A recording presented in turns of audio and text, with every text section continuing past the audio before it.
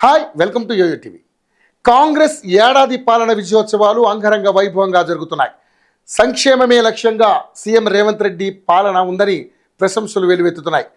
ఈ నేపథ్యంలో తెలంగాణ తల్లిపై రాజకీయ లొల్లి రాజుకుంది. భావన కాదు భావోద్వేగం అని ఒకరంటే, బతుకమ్మ లేకుండా విగ్రహమా అని మరొకరు అంటున్నారు. తల్లి ఎలా ఉండాలి, అమ్మ ఆహార్యం ఎలా కనిపించాలి? ఇప్పుడు రాష్ట్రంలో రాజకీయాలు ఏడాది పాలన నుంచి విగ్రహం వైపుకు టర్న్ అయ్యాయి. దీంతో అసలు అధికారం మారితే తల్లి మారాలా? నిజంగానే కాంగ్రెస్ ఏర్పాటు చేసిన విగ్రహంలో పార్టీ గుర్తులు ఉన్నాయా? అన్ని కోట్లతో కొత్త విగ్రహం చేయించడం వెనుక రేవంత్ వ్యూహం ఏంటి?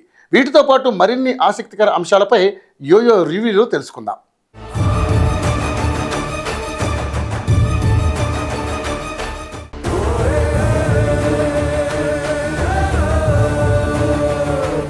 తెలంగాణ రాష్ట్ర సచివాలయంలో తెలంగాణ తల్లి నిలువెత్తు రూపం కొలువుదీరింది. 20 అడుగుల తెలంగాణ తల్లి విగ్రహం కాంగ్రెస్ ప్రభుత్వం సెక్రటేరియట్లో ఆవిష్కరించింది. బీఆర్ఎస్ ఈ కార్యక్రమానికి దూరంగా ఉంది. బీజేపీ కూడా తెలంగాణ తల్లి విగ్రహం విషయంలో కొంచెం ఇష్టం కొంచెం కష్టం అన్నట్లే ప్రతిస్పందిస్తోంది. తెలంగాణ సంస్కృతి ఉట్టిపడేలా తెలంగాణ తల్లి విగ్రహాన్ని తీర్చిదిద్దామని ప్రకటించుకున్న కాంగ్రెస్ ప్రభుత్వం 1,00,000 మంది మహిళల సమక్షంలో గ్రాండ్గా విగ్రహాన్ని ఆవిష్కరించింది. ఏడాది పాలన పూర్తయిన సందర్భంగా ఈ కార్యక్రమాన్ని ప్రతిష్టాత్మకంగా తీసుకుంది. తెలంగాణ తల్లి విగ్రహావిష్కరణకు ముందే అసెంబ్లీలో ఈ అంశంపై సీఎం రేవంత్ రెడ్డి మాట్లాడారు. తెలంగాణ తల్లి విగ్రహం 4 కోట్ల మంది బిడ్డల భావోద్వేగమన్నారు. ప్రశాంత వదనంతో, నిండైన రూపంతో, చాకలి ఐలమ్మ సారలమ్మ పోరాట స్ఫూర్తి కనిపించేలా, హుందాగా నిండుదనంతో కనిపించేలా విగ్రహాన్ని రూపొందించినట్లు చెప్పారు. తెలంగాణ తల్లి రూపకల్పనలో సాంప్రదాయం సంస్కృతులను పరిగణలోకి తీసుకున్నామన్నారు. ప్రశాంత వదనంతో, సాంప్రదాయ కట్టుబొట్టుతో, గుండు పూసలు, హారం, ముక్కు పొడకతో చేతులెత్తి మొక్కేలా తల్లి ఆకృతిని తీర్చిదిద్దామన్నారు. ఆకుపచ్చని చీర, కడియాలు, మట్టెలతో తెలంగాణ తల్లి ప్రతిభకు రూపకల్పన చేసింది ప్రభుత్వం. తెలంగాణ తల్లి నిల్చున్న పీఠం చరిత్రకు దర్పణంగా నిలుస్తుందని సీఎం రేవంత్ రెడ్డి చెప్పారు. అంతేకాకుండా బీఆర్ఎస్ హయాంలో రూపుదిద్దిన తెలంగాణ తల్లి విగ్రహం రాచరిక పోకడలకు దగ్గరగా ఉందని సీఎం రేవంత్ రెడ్డి ఆక్షేపిస్తూ వచ్చారు. తెలంగాణ ఆడబిడ్డను గుర్తు చేసేలా, సాధారణ మహిళ పోరాట స్ఫూర్తిని చాటేలా కొత్త విగ్రహాన్ని రూపొందిస్తామని అధికారంలోకి రాగానే చెప్పారు.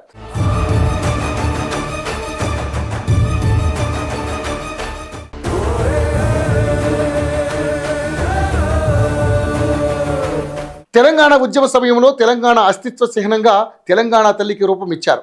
ఉమ్మడి ఆంధ్రప్రదేశ్లో ఉన్న తెలుగు తల్లి స్థానంలో తమ ప్రాంత అస్తిత్వానికి ప్రతీకగా తెలంగాణ తల్లి విగ్రహాన్ని తెరపైకి తీసుకొచ్చారు. తెలంగాణకు చెందిన ప్రముఖ రచయిత బిఎస్ రాములు మొదటిసారి తెలంగాణ తల్లికి ఒక రూపాన్ని ఇచ్చే ప్రయత్నం చేశారు. తెలంగాణ ఉద్యమ సమయంలో చాలా ప్రాంతాల్లో తెలంగాణ తల్లి విగ్రహాలు ఏర్పాటయ్యాయి. అయితే ఇక్కడ బీఆర్ఎస్ వాదన కూడా ఇదే. తెలంగాణ సంస్కృతికి చిహ్నంగా బీఆర్ఎస్ తీసుకొచ్చిన తెలంగాణ తల్లి విగ్రహంలోనూ ఇవన్నీ ఉన్నాయి, కానీ కాస్త ఎక్కువగా ఉన్నాయి. కాంగ్రెస్ ఏర్పాటు చేసిన విగ్రహంలో మాత్రం బతుకమ్మ కనిపించలేదు. విగ్రహ నమూనా బయటకు వచ్చినప్పటి నుంచి ఇది తెలంగాణ అస్తిత్వాన్ని దెబ్బతీసే కుట్రని గులాబీ పార్టీ వాదిస్తూ వచ్చింది. తెలంగాణ ఆత్మగా భావించే బతుకమ్మ లేకుండా విగ్రహాన్ని ఎలా రూపొందిస్తారని విపక్ష పార్టీ ప్రశ్నిస్తోంది. తెలంగాణ తల్లిని పేదరికంతో చూపించే ప్రయత్నం తెలంగాణ ప్రజలను అవమానించడమేనని వాదిస్తోంది. సచివాలయంలో తెలంగాణ తల్లి విగ్రహావిష్కరణ కార్యక్రమాన్ని నిలిపివేసేలా ఆదేశాలు ఇవ్వాలంటూ ప్రముఖ కవి, రచయిత జూలిరి గౌరీశంకర్ పిటిషన్ వేశారు. తెలంగాణ తల్లి రూపురేఖలు మార్చడంతో ప్రజల మనోభావాలు దెబ్బతిన్నాయని పిటిషన్లో పేర్కొన్నారు. రాష్ట్ర వ్యాప్తంగా ఇప్పటికే ఉన్న తెలంగాణ తల్లి విగ్రహాలను కూడా మార్చకుండా చూసుకోవాలని కోరారు. విగ్రహావిష్కరణ కోసం ప్రతిపక్ష నేత కేసీఆర్తో పాటు కేంద్ర మంత్రులు కిషన్ రెడ్డి, బండి సంజయ్ని కూడా ఆహ్వానించింది రాష్ట్ర ప్రభుత్వం. వీరితో పాటు కవులు, కళాకారులకు ఆహ్వానం పంపింది. అయితే మొదటి నుంచి విగ్రహ మార్పుని వ్యతిరేకిస్తున్న బీఆర్ఎస్ ఫామ్ హౌస్లో పార్టీ నేతలతో భేటీలో విగ్రహ మార్పులపై కేసీఆర్ స్పందించారు. ఇది మూర్ఖపు చర్యని, బీఆర్ఎస్ అధినేత ప్రభుత్వ చర్యని వ్యతిరేకించారని పార్టీ శ్రేణులకు దిశానిర్దేశం చేశారు. ఓ పక్క ప్రభుత్వ కార్యక్రమం జరుగుతుండగానే మేడ్చల్, మల్కాజిగిరి జిల్లాలో తెలంగాణ తల్లి పాత విగ్రహాన్ని బీఆర్ఎస్ పునరావిష్కరించింది. ఇప్పటిదాకా అసలు రూపమే లేదు, ఇక మార్చిందెక్కడని కాంగ్రెస్ ప్రభుత్వం అంటోంది. తెలంగాణ తల్లికి ఇంతవరకు అధికారికంగా ఒక రూపాన్ని ఇవ్వలేదంటోంది అధికార పక్షం. బీఆర్ఎస్ భవన్లో ఉండే తెలంగాణ తల్లి విగ్రహాన్ని కేసీఆర్ ఉద్యమ సమయంలో తీర్చిదిద్దారని, అయితే ఆ విగ్రహ నమూనాని అధికారికంగా చేయలేదని, 10 ఏళ్లు అధికారంలో ఉన్నా ప్రతిష్ఠించే ప్రయత్నం చేయలేదని కాంగ్రెస్ సర్కార్ చెబుతోంది.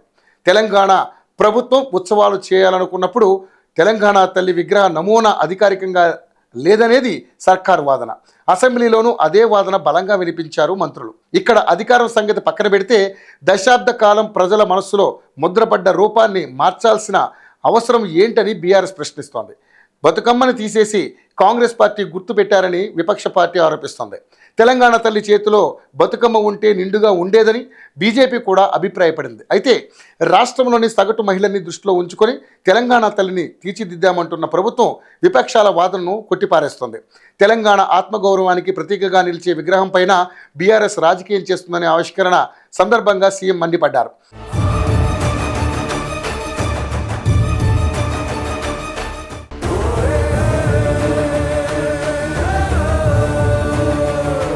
తెలంగాణ తల్లి విషయంలోనే కాదు, తెలంగాణ భావోద్వేగాలతో ముడిపడ్డ ప్రతి విషయంలోనూ సెంటిమెంట్ మళ్ళీ తెరపైకి వస్తుంది. 10 ఏళ్ల బీఆర్ఎస్ పాలనలో తెలంగాణ ఆత్మగౌరవం దెబ్బతిందని కాంగ్రెస్ అంటోంది. అందుకే తమ ప్రభుత్వం అధికారంలోకి రాగానే తప్పిదాలను సరిచేస్తామంటోంది. తెలంగాణ తల్లి రూపురేఖలు మార్చడానికి ముందే తెలంగాణ సమాజంపై ప్రభావం చూపే కొన్ని కీలక అంశాలపై కాంగ్రెస్ సర్కార్ తనదైన ముద్ర వేసే ప్రయత్నం చేసింది. దీనిని బీఆర్ఎస్ వ్యతిరేకించింది. తాము అధికారంలోకి వచ్చాక మారుస్తామని హెచ్చరించింది. అయినా రాష్ట్ర ప్రభుత్వం సచివాలయంలో భారీ తెలంగాణ తల్లి విగ్రహాన్ని ఆవిష్కరించింది. భావోద్వేగాలతో రాజకీయం చేసిన బీఆర్ఎస్ తెలంగాణ సమాజం ఆకాంక్షలను ఏనాడు గౌరవించలేదంటోంది. కాంగ్రెస్ తాము అధికారంలోకి వచ్చాకే తెలంగాణ ఆత్మగౌరవాన్ని నిలబెట్టే ప్రయత్నం చేస్తున్నామంటోంది. జయ జయ హే తెలంగాణ గీతంలో మార్పులు చేసి రాష్ట్ర అధికారిక గీతంగా ప్రకటించిన సమయంలో కూడా విపక్షాల నుంచి కొన్ని అభ్యంతరాలు వచ్చాయి. అయినా రాష్ట్ర ప్రభుత్వం కొన్ని మార్పులు చేర్పులతో జూన్ 2న ఆ పాటను విడుదల చేసింది. జయ జయ హే తెలంగాణ పాటలో 10 జిల్లాల తెలంగాణ అనే పదం స్థానంలో పదాన అని చేర్చారు. ప్రత్యేక రాష్ట్రాన ప్రజలు కలలు పండాలి అంటూ పాత పాట ముగుస్తుంది. రాష్ట్రం సిద్ధించడంతో ప్రతిదినమది తెలంగాణ ప్రజల కలలు పండాలి అని కొత్త పాటలో ముగింపు వ్యాఖ్యాన్ని చేర్చారు. నవాబులు అనే పదం స్థానంలో భాగ్యనగరి పదాన్ని చేర్చారు. ఫుల్ వెర్షన్ కోసం అందశ్రీ కొత్త చరణాలు రాశారు. ఇందులో తెలంగాణ కవుల ప్రస్థానాన్ని వివరించారు. కీరవాణి స్వరకల్పనలో 13.5 నిమిషాల నిడివితో రాష్ట్ర అధికారిక గీతాన్ని తీర్చిదిద్దారు.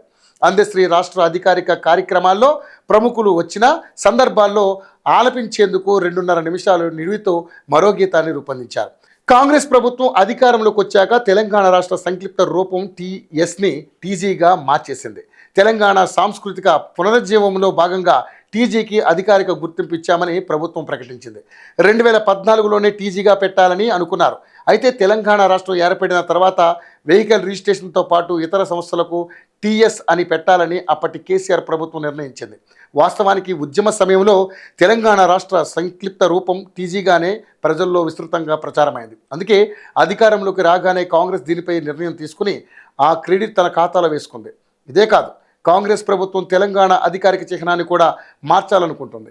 ప్రత్యామ్నాయ లోగోను సిద్ధం చేసింది. చార్మినార్, కాకతీయ కళాక్షేత్రాలను తొలగిస్తున్నారన్న ప్రచారంతో పాటు కొత్త రాజముద్రపై తీవ్ర చర్చ జరిగింది. విపక్ష పార్టీ అభ్యంతరాలతో పాటు వివిధ వర్గాల నుంచి కొన్ని సూచనలతో ప్రస్తుతానికి పాత చిహ్నాన్నే కొనసాగిస్తోంది. ఇక అభివృద్ధి కార్యక్రమాలు, పాత పథకాల విషయంలోనూ ఇప్పటి ప్రభుత్వాలు భిన్నమైన వైఖరితో ముందుకెళ్తున్నాయి. బీఆర్ఎస్ ప్రతిష్టాత్మకంగా కొనసాగించిన స్కీముల స్థానంలో కొత్త పథకాలు తెరపైకొస్తున్నాయి. కొత్త రాష్ట్రంలో వరుసగా ఏర్పడ్డ 2 ప్రభుత్వాల పాలనా తీరు పూర్తిగా భిన్నంగా ఉందన్న చర్చ నడుస్తోంది. ఏ రాష్ట్రానికైనా రాష్ట్ర గీతం ఒకటే అంటుంది, ఆరాధించే తల్లి ఒకటే ఉంటుంది. కానీ తెలంగాణకు వచ్చేసరికి సీన్ మారుతోంది. మీ తల్లి మీదే, మా తల్లి మాదే, మీ గీతం మీదే, మా గీతం మాదే అన్నట్టు పరిస్థితి మారింది. తమ హయాంలో రూపుదిద్దిన విగ్రహమే అసలు సిసలు తెలంగాణ తల్లి అని వాదిస్తోంది బీఆర్ఎస్. జయ జయ హే తెలంగాణ పాటని ప్రభుత్వ రాష్ట్ర గీతంగా ప్రకటించినా పాత పాటనే ఆలపిస్తామంటోంది బీఆర్ఎస్.